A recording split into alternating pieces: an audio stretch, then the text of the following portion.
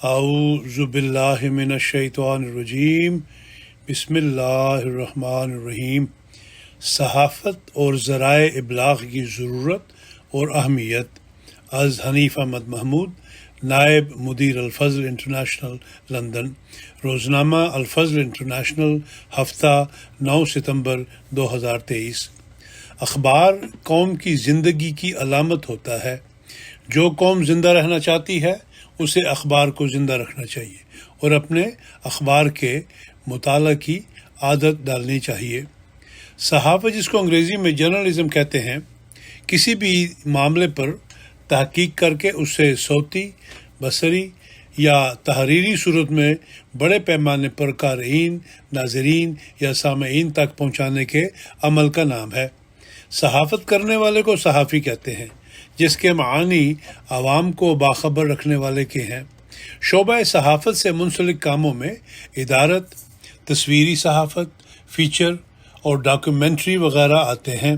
جدید دور میں پرنٹ میڈیا سے نکل کر الیکٹرانک میڈیا جیسے ٹیلی ویژن، انٹرنیٹ اور ریڈیو کے ذریعے معلومات اور خبروں تک رسائی بہت آسان ہو گئی ہے اور دنیا گلوبل ولیج کے طور پر سامنے آئی ہے۔ صحافت دراصل عربی زبان کا لفظ ہے جو سواد ہے فے سے مشتق ہے، جس کے لغوی معنی کتاب یا رسالے کے ہیں۔ قرآن کریم کو الہی صحیفہ کہا جاتا ہے۔ اردو اور فارسی میں صحافت کی اصطلاح ہی رائج ہے، جبکہ انگریزی میں سے جرنلزم کہتے ہیں، جس کے معنی روزانہ حساب کا بہی کھاتا یا روزنامچہ کے ہیں۔ اردو اور فارسی میں صحافی لفظ کے مقابل پر انگریزی میں جرنلسٹ کی اصطلاح استعمال ہوتی ہے۔ جناب عبدالسلام خورشید اپنی کتاب فن صحافت میں لکھتے ہیں، صحافت کا لفظ صحیفے سے نکلا ہے۔ صحیفہ کے لغوی معنی کتاب یا رسالہ کے ہیں۔ تمام اخبارات اور رسائل بھی صحیفہ ہیں۔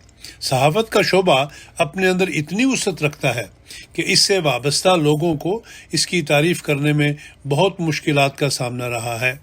تاہم صحافت جدید وسائل ابلاغ کے ذریعے عوامی معلومات، ان کی رائے اور ان کی تفریحات کے لیے اشاعت کا فریضہ ادا کرتی ہے۔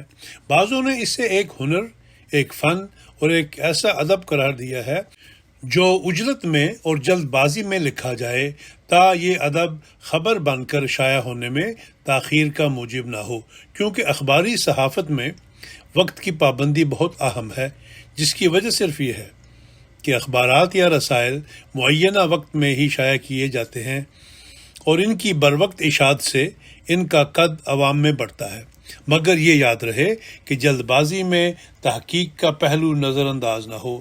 جناب سر سید احمد خان کو اردو صحافت کا سرخیل کہا جاتا ہے، جنہوں نے صحافت کو ایک خدمت قرار دیا اور لکھا کہ اخبار کے لکھنے والوں کے یعنی صحافی کے فرائض 3 قسم کے ہوتے ہیں۔ ایک وہ صلاح دینے والا ہوتا ہے، دوم تربیت کرنے والا اور سوم لوگوں کی حالت و معاشرہ کی اصلاح کرنے والا ہوتا ہے۔ جناب فرحت احساس نے صحافی کی تعریف کرتے ہوئے لکھا ہے، صحافی ایک ایسا شخص ہوتا ہے جو اپنے معاشرے اور وقت کے حالات و واقعات اور ان کی سمت و رفتار سے باخبر رکھنے اور اس بارے میں اپنی رائے دینے کے منصب پر فائز سمجھا جاتا تھا۔ یہ ایک سماجی اور تہذیبی ذمہ داری کے احساس اور اس سے عہدہ برا ہونے کا منصب تھا۔ یہ احساس خود زائدہ تھا اور یہ منصب خود حاصل کرتا تھا۔ اس میں اس کے اصل اور بنیادی محرک کے سوا کوئی خارجی عوامل شاید ہی کار فرما رہتا تھا۔ فرحت احساس، اردو اور عوامی ذرائع ابلاغ، صفحہ نمبر 125۔ یوں یہ کہا جا سکتا ہے کہ ایک صحافی کو اسلامی دنیا میں اردو ادب سے بھی سد بدھ ہونی ضروری ہے، اور الطریقہ تو کلھا ادب ان کے تحت اسلامی آداب سے بھی مرصع ہونا چاہیے، یعنی دوسرے معنوں میں صحافی صحافت کرتے وقت آداب اسلامی کو مد نظر رکھے، وگرنہ معاشرے کو جھوٹی اور بے ادب صحافت سے بہت نقصان پہنچا ہے اور آئندہ بھی پہنچنے کے امکانات موجود ہیں۔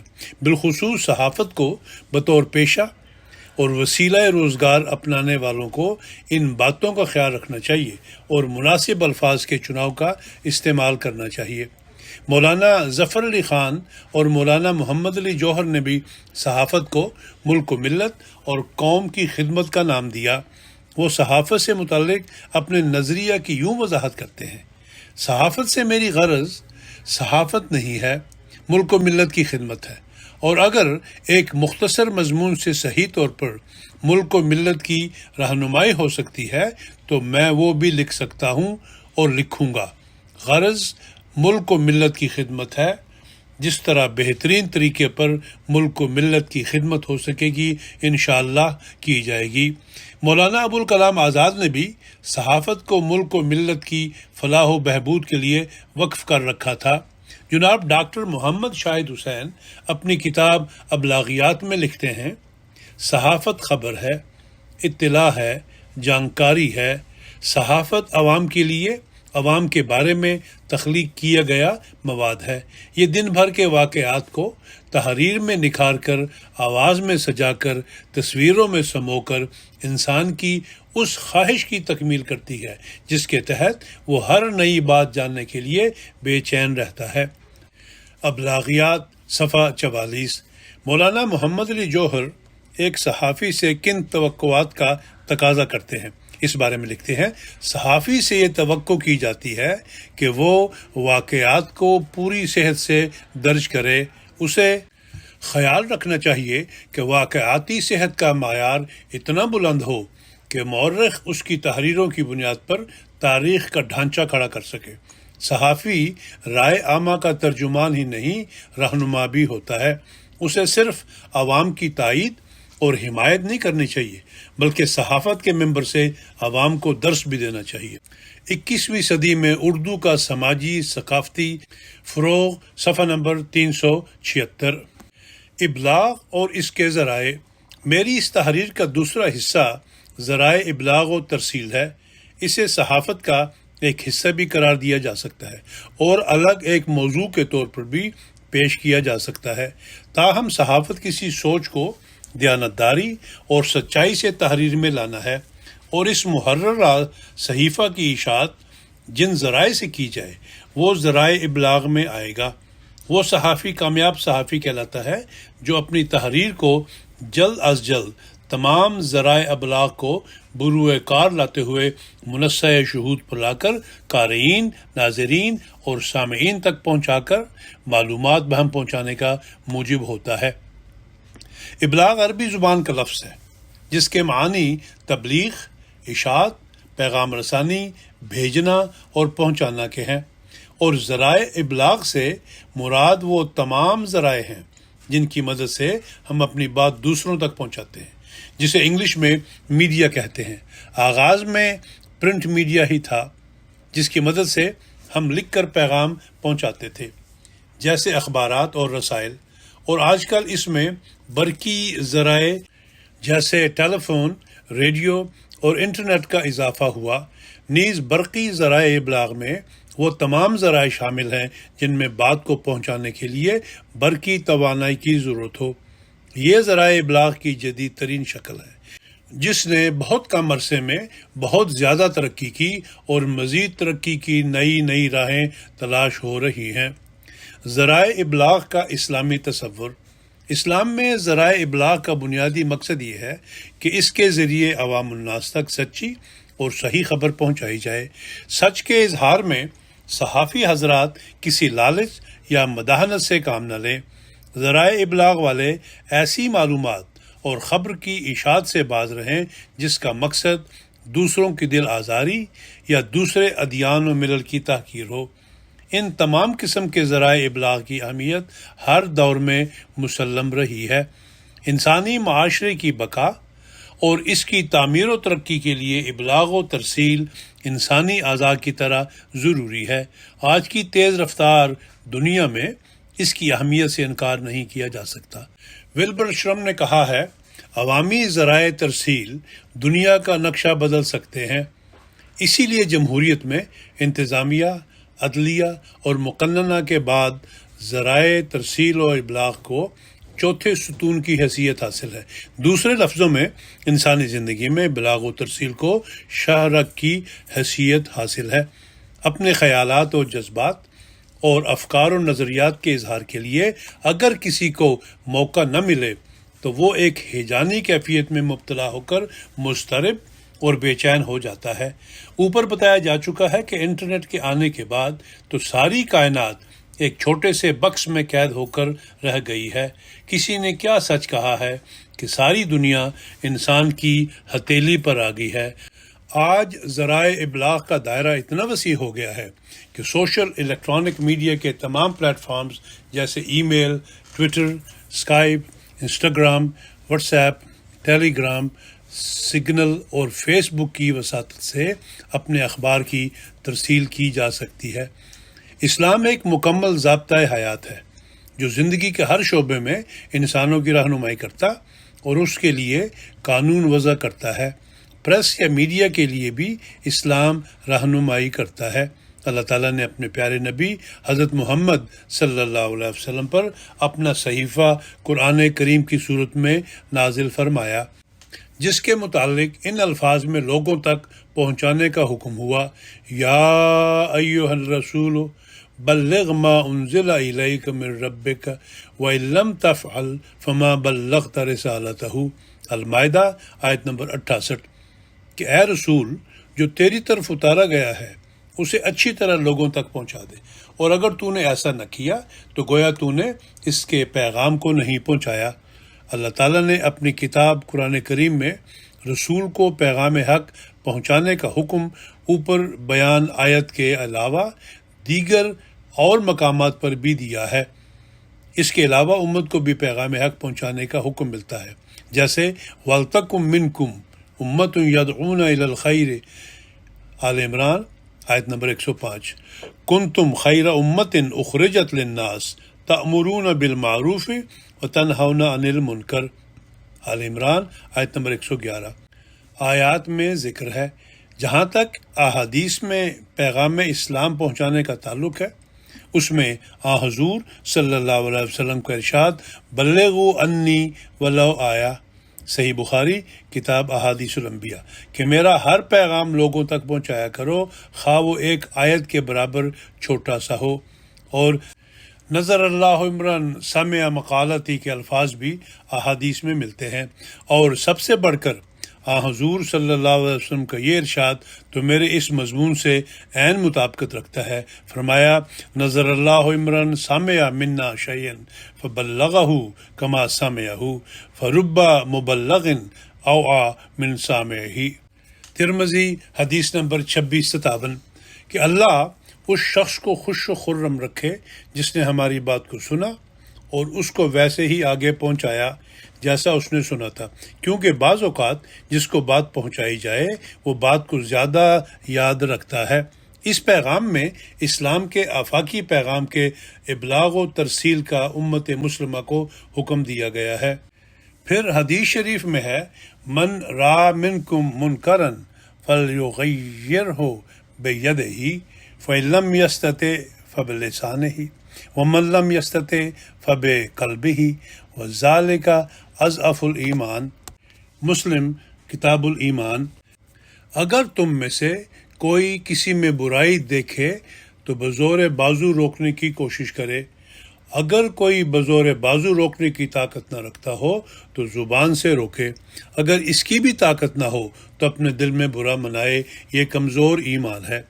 یہاں بیدہ ہی یعنی ہاتھ سے کا ایک استدلال قلم کے استعمال کا بھی ہوتا ہے۔ حضرت مسیح موعود علیہ السلام نے سورہ صاد کی آیت 46 یعنی اولی الایدی والابصار سے یہ استنباط فرمایا ہے کہ انبیاء ہاتھ سے کام لیتے ہیں، یعنی اپنی بصیرت کو اپنے قلم کے ذریعے اپنے متبعین کے سامنے لاتے ہیں۔ حضرت مسیح موعود علیہ السلام دلائل سے بھی کام لو کے تحت فرماتے ہیں اگرچہ فیصلہ دعاؤں سے ہی ہونے والا ہے، مگر اس کے یہ معنی نہیں کہ دلائل کو چھوڑ دیا جاوے، نہیں، دلائل کا سلسلہ بھی برابر رکھنا چاہیے اور قلم کو روکنا نہیں چاہیے۔ نبیوں کو خدا تعالیٰ نے اسی لیے اولو الایدی والابصار کہا ہے، کیونکہ وہ ہاتھوں سے کام لیتے ہیں۔ بس چاہیے کہ تمہارے ہاتھ اور قلم نہ رکیں، اس سے ثواب ہوتا ہے۔ جہاں تک بیان اور لسان سے کام لے سکو لیے جاؤ، اور جو باتیں تائید دین کے لیے سمجھ میں آتی جائیں انہیں پیش کیے جاؤ، وہ کسی نہ کسی کو فائدہ پہنچائیں گی۔ ملفوظات جلد ششم صفحہ نمبر 328۔ الا هل بلغت؟ ابلاغ کے حوالے سے ایک اہم اور بنیادی حدیث صحیح بخاری کتاب المغازی باب حجۃ الوداع کی ہے، جس میں حضور صلی اللہ علیہ وسلم نے فرمایا، الا ان اللہ حرم علیکم دماءکم و اموالکم کحرمت یومکم ھذا فی بلدکم ھذا فی شہرکم ھذا، الا هل بلغت؟ قالوا نعم، قال اللہم اشہد ثلاثا انظروا لا ترجعوا بعدی کفارا یضرب بعضکم رکاب بعض، کہ خوب سن لو کہ اللہ تعالیٰ نے تم پر تمہارے آپس کے خون اور اموال اسی طرح حرام کیے ہیں جیسے اس دن کی حرمت اور اس شہر اور اس مہینے میں ہے۔ ہاں بولو، کیا میں نے پیغام پہنچا دیا؟ صحابہ رضی اللہ عنہم بولے کہ آپ نے پہنچا دیا۔ فرمایا، اے اللہ تو گواہ رہیو۔ 3 مرتبہ آپ نے یہ جملہ دہرایا۔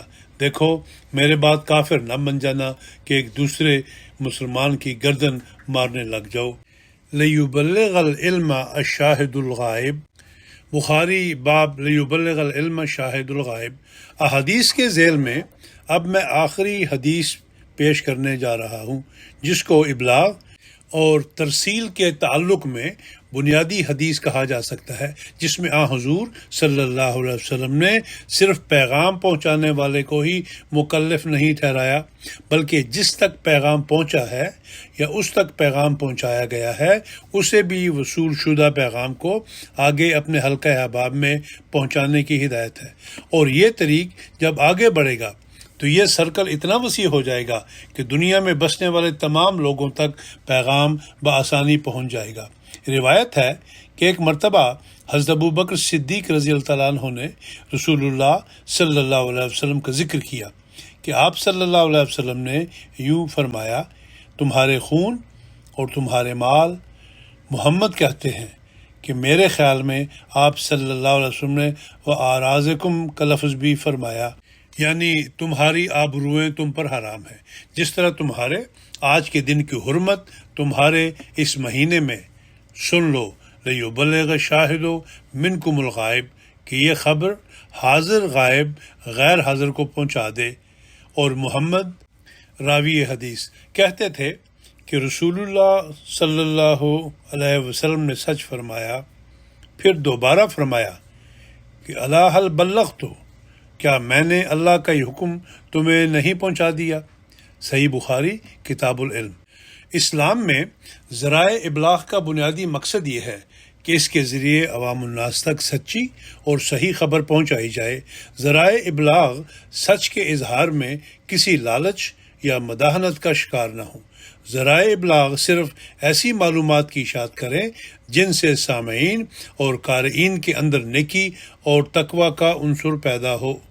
وہ کسی ایسی خبر کی اشاعت سے باز رہیں جن کا مقصد ان کی اخلاقیات پر حملہ کرنا ہو اور اس سے دوسروں کی دل آزاری یا دوسرے ادیان و ملل کی تحقیر ہو۔ ذرائع ابلاغ پراپیگنڈا اور تشہیر کا ایک مضبوط وسیلہ ہے۔ عوام ذرائع ابلاغ میں شائع ہونے والی رپورٹ اور تجزیوں کی بنیاد پر بہت سے فیصلے کر لیتے ہیں۔ ذرائع ابلاغ عوام کی ذہن سازی میں کلیدی کردار ادا کرتے ہیں۔ حمایت و مخالفت کی مختلف شکلیں اس وقت دیکھنے کو ملتی ہیں جب کسی ملک میں انتخابات ہونے والے ہوں۔ اس وقت اشتہارات، مضامین، خبروں اور تبصروں کی وساطت سے اپنے پسندیدہ امیدوار کی حمایت کرتے ہیں۔ شریعت اسلامیہ نے حمایت و مخالفت کا بھی اصول متعین کر دیا ہے۔ کسی سے محبت ہو تو اللہ کے لیے، اور کسی سے بغض و عداوت بھی ہو تو وہ بھی اللہ کے لیے۔ فریق مخالف کے لیے کوئی ایسا نازیبا لفظ استعمال نہ کیا جائے کہ وہ اس کے جواب اور رد عمل کے طور پر ایسا جواب دے جس سے آپ کی توہین یا تضحیک ہوتی ہو۔ قرآن کریم میں ہے وَلَا تُسُبُّوا الَّذِينَ يَدْعُونَ مِن دُونِ اللَّهِ عَدُوًّا بِغَيْرِ علم، سورۃ الانعام آیت نمبر 110۔ آپ صلی اللہ علیہ وسلم کا ارشاد ہے الا لا يمنعن رجلا هیبۃ الناس ان یقول بحق اذا علمہ، یعنی خبردار جو تم کسی شخص کے اثر و رسوخ کی وجہ سے حق کے اظہار میں تردد سے کام لو۔ ابن ماجہ کتاب الفتن۔ حضرت ابو ہریرہ رضی اللہ عنہ بیان کرتے ہیں کہ حضرت صلی اللہ علیہ وسلم نے فرمایا آدمی کے برا ہونے کے لیے اتنی بات کافی ہے کہ اپنے مسلمان بھائی کو حقیر سمجھے۔ مسلم کتاب البر والصلہ۔ خلاصہ یہ کہ ذرائع ابلاغ کی مثال چھری کی ہے کہ اس کے ذریعے پھل بھی کاٹا جا سکتا ہے اور کسی کی گردن بھی۔ وہ محتسب کا کردار ادا کر کے کسی کی جان اور عزت و آبرو بھی بچا سکتا ہے، اور کسی رہزن کا بھیس بدل کر کسی کی جان اور عزت و آبرو سے کھیل بھی سکتا ہے۔ وہ ظلم و ستم اور جبر و تشدد کی حمایت اور بے حیائی اور بد اخلاقی کا پرچار بھی کر سکتا ہے، اور اصلاح و تبلیغ کے میدان میں مصلح و مبلغ کا رول بھی ادا کر سکتا ہے۔ حضرت خلیفۃ المسیح ثانی المسلم موعود رضی اللہ عنہ نے قارئین الفضل کے نام ایک پیغام دیا جس کا متن یہ تھا اخبار قوم کی زندگی کی علامت ہوتا ہے۔ جو قوم زندہ رہنا چاہتی ہے اسے اخبار کو زندہ رکھنا چاہیے اور اپنے اخبار کے مطالعہ کی عادت ڈالنی چاہیے۔ اللہ تعالیٰ آپ کو ان امور پر عمل کرنے کی توفیق بخشے۔ الفضل 31 دسمبر 1954۔ حضرت مسلم موعود فرماتے ہیں کہ یاد رکھنا چاہیے کہ جس درخت کو پانی نہ ملتا ہے وہ خشک ہو جاتا ہے، اور اس زمانہ کی ضرورتوں کے لحاظ سے اخبار پانی کا رنگ رکھتے ہیں اور اس لیے ان کا مطالعہ ضروری ہے۔ انوار العلوم جلد 16 صفحہ نمبر 245۔ الفضل میں خلیفہ وقت کے خطبات سے فائدہ اٹھانے کی تلقین کرتے ہوئے حضرت خلیفۃ المسیح ثالث رحمہ اللہ فرماتے ہیں سب سے زیادہ ضرورت اس بات کی ہے کہ ہر گھر میں الفضل پہنچے اور الفضل سے ہر گھر فائدہ اٹھا رہا ہو، خصوصاً خلیفہ وقت کے خطبات اور مضامین اور درس اور ڈائریاں وغیرہ ضرور سنائی جائیں۔ خصوصاً میں نے اس لیے کہا ہے کہ اللہ تعالیٰ نے خلیفہ وقت کو امر بالمعروف کا مرکزی نقطہ بنایا ہے۔ الفضل اس شخص کی بات آپ کے کان تک پہنچاتا ہے جس کے ذمہ اللہ تعالیٰ نے یہ بات لگائی ہے کہ جماعت کے متعلق وہ یہ فیصلہ کرے کہ اسے اس وقت فلاں کام کرنے چاہیے۔ الفضل 28 مارچ 1967 صفحہ نمبر 3 اور 4۔ حضرت خلیفۃ المسیح رابع سوانح فضل عمر میں تعریف فرماتے ہیں تشہیر اگرچہ جماعت کی علمی ضروریات کو بہت حد تک بڑی عمدگی سے پورا کر رہا ہے، لیکن حضرت صاحبزادہ صاحب نے بجا طور پر یہ ضرورت محسوس کی کہ جب تک سلسلہ کا ایک باقاعدہ اخبار جاری نہ ہو صحیح معنوں میں مرکز اور جماعت کے مابین رابطہ قائم نہیں ہو سکتا۔ چنانچہ اس شدید ضرورت کو محسوس کرتے ہوئے آپ نے جون 1913 میں الفضل اخبار کا اجرا فرمایا۔ یہ اخبار آج تک جماعت احمدیہ کا مرکزی روزنامہ چلا آ رہا ہے۔ اس بارے میں اعلان فضل کے عنوان کے تحت آپ نے ایک اشتہار شائع کیا جس میں آپ نے اس فلسفہ پر روشنی ڈالی کہ بعض چھوٹے چھوٹے امور کس طرح بڑے ہو جاتے ہیں اور ایک چھوٹے سے بیج سے کس طرح بڑے بڑے عظیم القامت درخت بن جاتے ہیں۔ فرمایا یہی مثال روحانی سلسلوں کی ہے۔ گزشتہ الہی سلسلوں کی طرح جماعت احمدیہ کی ضروریات بھی بڑھتی چلی جا رہی ہیں۔ پھر فرمایا اس لیے بموجب ارشاد حضرت خلیفۃ المسیح توکل علی اللہ اس اخبار کو شائع کرنے کا اعلان کیا جاتا ہے۔ ہمارا کام کوشش ہے، برکت اور اتمام خدا تعالیٰ کے اختیار میں ہے، لیکن چونکہ یہ سلسلہ خدا کی طرف سے ہے اس لیے اس کی مدد کا یقین ہے۔ بے شک ہماری جماعت غریب ہے، لیکن ہمارا خدا غریب نہیں ہے اور اس نے ہمیں غریب دل نہیں دیے۔ پس میں امید رکھتا ہوں کہ جماعت اس طرف پوری توجہ کرے گی اور اپنی بے نظیر ہمت اور استقلال سے کام لے کر جو وہ اب تک ہر ایک کام میں دکھاتی رہی ہے، اس کام کو بھی پورا کرنے کی کوشش کرے گی، اور میں دعا کرتا ہوں کہ اللہ تعالیٰ مذکورہ بالا تحریک کو صرف ارادوں اور خواہشوں تک ہی نہ رہنے دے اور سلسلہ کی ضروریات کے پورا کرنے میں ہمارا ہاتھ بٹائے۔ سوانح فضل عمر، جلد اول، صفحہ نمبر 238 239۔ حضرت خلیفۃ المسیح الخامس ایدہ اللہ تعالی بنصر عزیز نے الفضل ربوہ کے 100 سالہ جوبلی سوونیر کے لیے بھجوائے گئے اپنے بصیرت افروز پیغام میں الفضل کے اغراض بیان کرتے ہوئے فرمایا، الفضل کا کام احباب جماعت کو حضرت مسیح موعود کی تعلیمات سے آگاہ کرنا، خلیفہ وقت کی آواز ان تک پہنچانا، نیز جماعتی ترقی اور روزمرہ کے اہم جماعتی حالات و واقعات سے باخبر رکھنا ہے۔ چنانچہ اس میں حضرت مسیح موعود علیہ السلام کے ملفوظات اور ارشادات شائع ہوتے ہیں، خلفائے احمدیت کے خطبات و خطابات و تقاریر وغیرہ شائع ہوتی ہیں، اور یہ خلیفہ وقت اور احباب جماعت کے مابین رابطے اور تعلق کا ایک اہم ذریعہ ہے۔ اس میں دنیا کے مختلف ممالک سے جماعتی مراکز کی رپورٹیں چھپتی ہیں، جن سے مبلغ اور سلسلہ کے مخلصین کی نیک مساعی کا علم ہوتا ہے اور جماعت کی ترقی اور وسعت کا پتہ چلتا ہے۔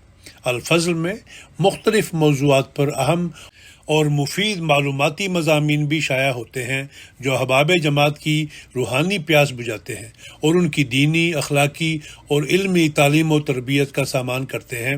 الفضل کا مطالعہ بہت سی بھٹکی روحوں کی ہدایت کا ذریعہ بھی ہے۔ الفضل تاریخ احمدیت کا بنیادی ماخذ ہے۔ اب تو بہت سے ممالک سے جماعت کے رسائل و جرائد شائع ہوتے ہیں، لیکن ماضی میں الفضل ہی تھا جس نے جماعتی ریکارڈ اور تاریخ جمع کرنے میں بڑا کلیدی کردار ادا کیا ہے۔ روزنامہ الفضل 100 سالہ جوبلی سوونیر 2013۔